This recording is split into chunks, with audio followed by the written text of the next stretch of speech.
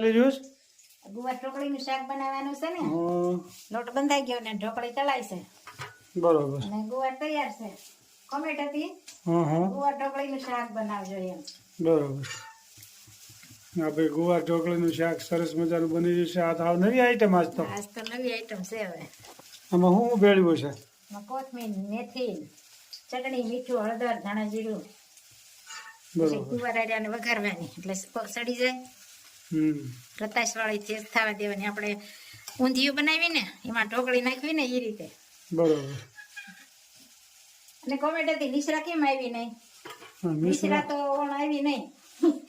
સુરત ગઈ હતી પછી એને બા સુરત ગયા દાદી બા, એટલે નિશરા કઈ આવી. નિશરાને વેકેશનમાં ટાઈમ ન રહ્યો. ટાઈમ રહ્યો નહીં. હવે એક દિવસ આવી હતી બતાવ્યું હતું, પણ કોઈ લોકો એ વિડીયો એ નહીં જોયો હોય. નકર બે નળન બધાય નારે રહેવું હતું, માલાને નિશરાને, મનીષાને ને અવનીને. એટલે સરસ મજાનું આજ તો ગુવાર ઢોકળીનું શાક જોયો તો ખરા. હા, નવી આઈટમ નવી આઈટમ કોમેન્ટ હતી એટલે આજે આપણે કરીએ કીધું કેમ થાય છે. ગુવાર ને ઢોકળી. ગુવાર ને ઢોકળી બનાવ્યું છે પેલું વેલું જ છે. પેલું વેલું જ છે. આપણે કરીએ એમાં નહીં. હવે આ રેસીપી છે ને આજની વિશ્વ રેકોર્ડમાં નવીન અમે ખાલી આઈટમ શરૂ કરી છે. સ્વાદ હવે કેવો આવે ખાતા પછી ખબર પડશે. કોઈ બનાવ્યું છે કે કોઈ દી વાત નથી સાંભળી? એવી સાંભળી છે. સાંભળી હતી એમ ને? વાત સાંભળી છે પણ બનાવી નથી. કોમેન્ટમાં હતું ગુવાર ઢોકળીનું શાક બનાવીશું એટલે આપણે રીંગણા શાકમાં તો આવી નાખવી જ છે. બરોબર કરીએ એમાં. બરોબર. બાકી બનાવવાની સાચી કેવું થાય છે કેવું નહીં. બરોબર.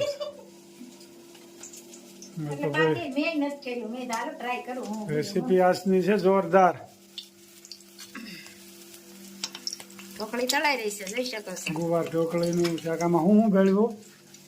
આમાં મેથી પાંદડા, કોથમીર અને ચણાનો લોટ, બરોબર, મીઠું, લોટ પૂરતું, બરોબર. પછી શાક પૂરતું શાકમાં નાખશું. ખૂબ સરસ મજાની ગુવાર ઢોકળી બની રહી છે ભાઈ. અને રતાશ ઉપર તળવા દેવાના એટલે બફાઈ જાય. ચણાનો લોટ અંદર કાસો ન રહે એ રીતે તળવાના. તદ્દન નવી આઈટમ. તદ્દન નવી આઈટમ.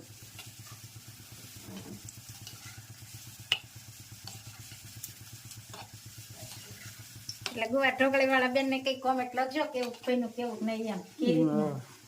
કોમેન્ટ તો લખશે પણ આપણે સ્વાદમાં કેવું થાય એ પછી આપણે કઈ મોકલશું તો ખબર પડશે ને. એટલે બપોર બરોબર કયું છે કે બરોબર નથી કયું કેમ બપોર કેવું કેવું લાગ્યું એ બરોબર તમે સાખો પછી વિડીયો લેવો. ના બરોબર. વાગે સારું છે ન સારું છે એ.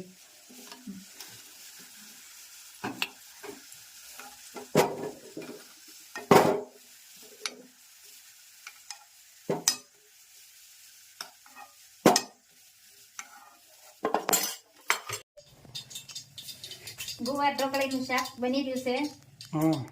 રાઈ, જીરું, મેથીનો ટુકડો, તમાલપત્ર અને અજમા વઘારમાં. આ બધું તડતડ થઈ જાય ને તળાટી એ પછી ગુવાર નાખવાના.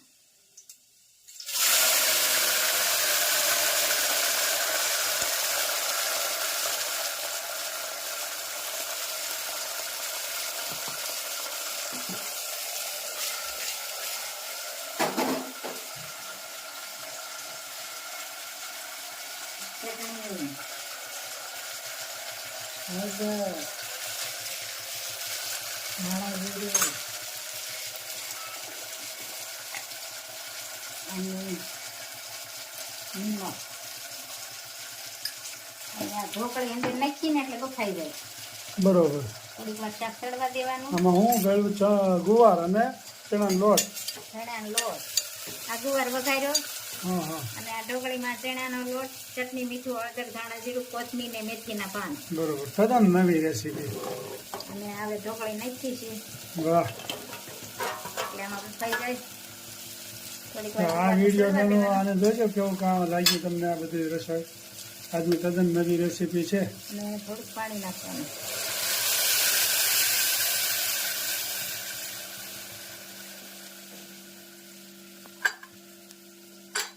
એટલે આમાં ઢોકળી બફાઈ જાય મસ્ત. કુકર બંધ કરી દેવાનું. કુકર બંધ કરી દેવાનું. ઉપર તો બંધ કરવી તો સડે ને, બરોબર ઉપર તો ન સડે. બરોબર. સરસ મજાનો ગુવાર ઢોકળીનું શાક તો મસ્ત જો. છે જો. ગુવાર ઢોકળાનું શાક આ પહેલી વેલી નવી રેસીપી છે. બેનો બધી કોમેન્ટ કરજો. સાથે કેરી, સાથે રોટલી, ખૂબ સરસ સાથે મજાનું. છાશ ઠંડી અને ગુવાર ઢોકળીનું શાક જમવા પધારો.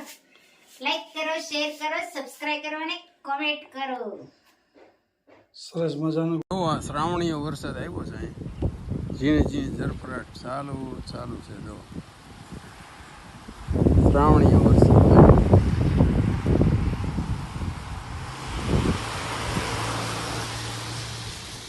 શ્રાવણીયો વરસાદ છે.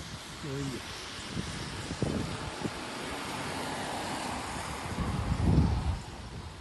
મજા આવે એવું વાતાવરણ છે જો.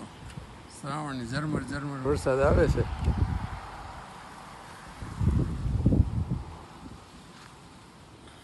ગેરેજ ખોલીને બેઠો છું હું. તારીખ 23/6/2024.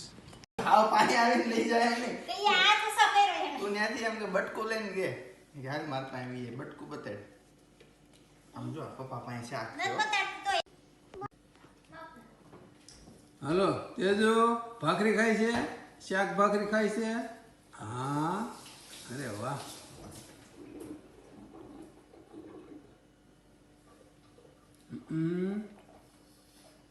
ચાલો મોટો સરખું લઈ હું લઈ લઉં છું હાથ બટેલમાં તું હાથ બટેલ તો છાશ પીવી છે છાશ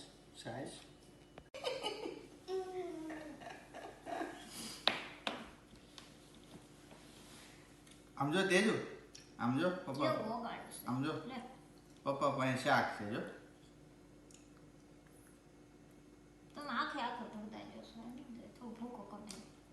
શાક આવ્યું ભેજા ખબર પડે એટલે ચાવે પછી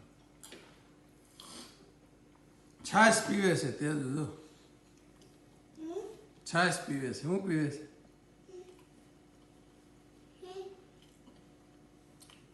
છાશ કે તો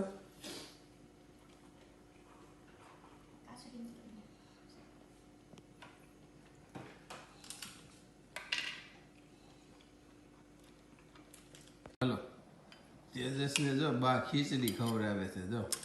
તેજસ ખીચડી ખાય છે. હા બોલ તો ખીચડી પાપડ બોલ ખીચડી પાપડ અરે વાહ તેજસ શું ખાય છે? ખીચડી પાપડ ખાય છે. ખીચડી અરે પાપડ વાહ. દાદા કે હવે છાશ પીવો. છાશ પીવી છે.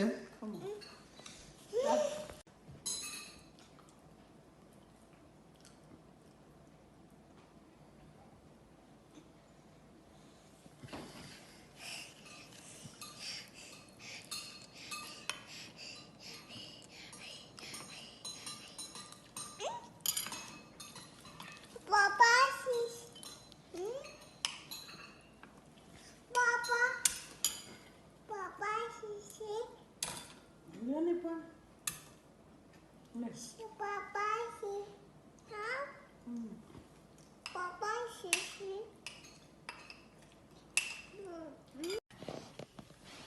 તે તો સીડી ચડી જાય જોઈ લે છે ને. હાલ હાલ.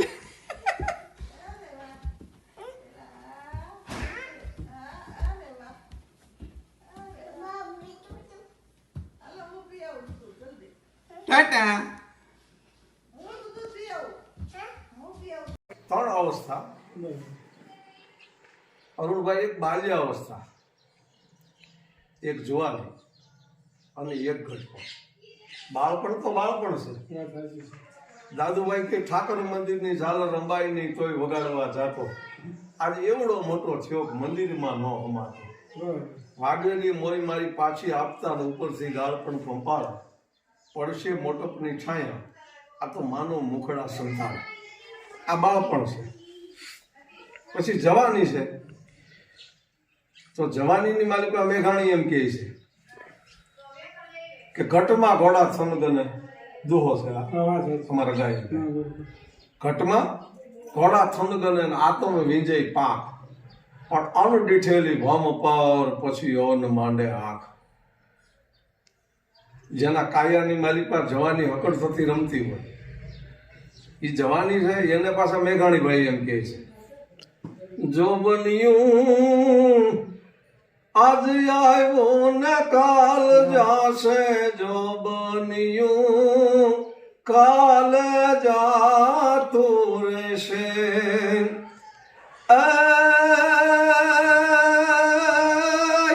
જો બનિયાને પાઘડીને યાટામ રાખો, જો બન્યું કાલ જાતું રહેશે. જવાહરલાલનો ચોરડો હોય, માથે હોળકહનું પાબંદી કેડિયું પહેર્યું હોય, 22-25 વર્ષની ઉંમર હોય અને માથે આટિયાળી પાઘડી હોય. કવિ કહે છે કે જોબનને છે ને પાઘડીના આટા મારા, બરોબર. ઈરે જોબનિયાને પગની પાનીમાં રાખજો, ઈરે જોબનિયાને આંખના ઉલાળામાં રાખજો. એટલે જોબનિયું છે એ 5 દિવસ છે એટલે મેઘાણીભાઈ કહે છે કે એને હાચવીને રાખજો. બરાબર છે. એટલે જોબનની એ મજા છે. એટલે એટલું બોલશું તો તમારો વિડીયો થઈ જાય. ના, બરોબર છે.